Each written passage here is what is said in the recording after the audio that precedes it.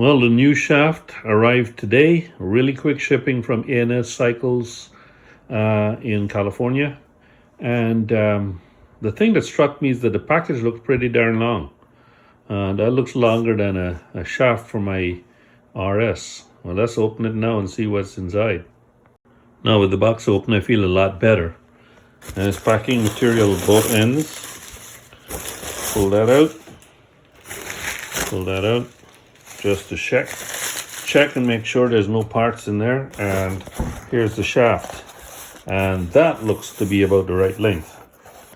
Nice and clean, so I can put it on my little mat here on the table.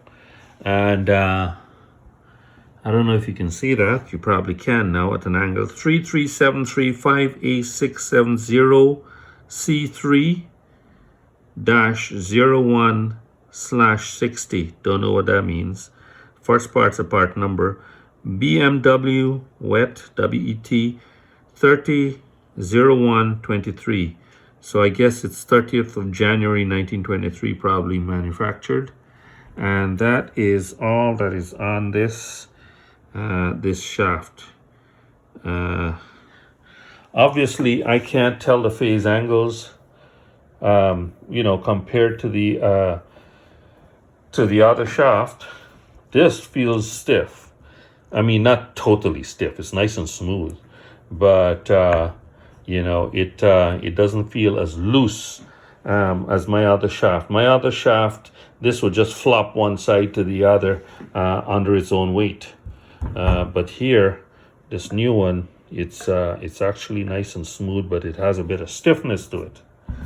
But you can see that there's a difference in the phase angle. Like for example, this one here it's kind of resting with this pin here being vertical.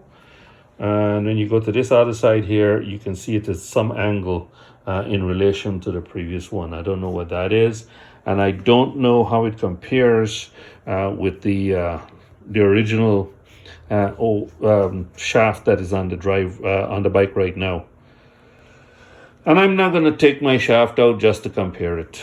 My plan is to keep this one here if I need it as a spare, and if I don't, well, and I sell the bike, I can just sell it on, sell it with the bike or sell it separately. But it's good to have this.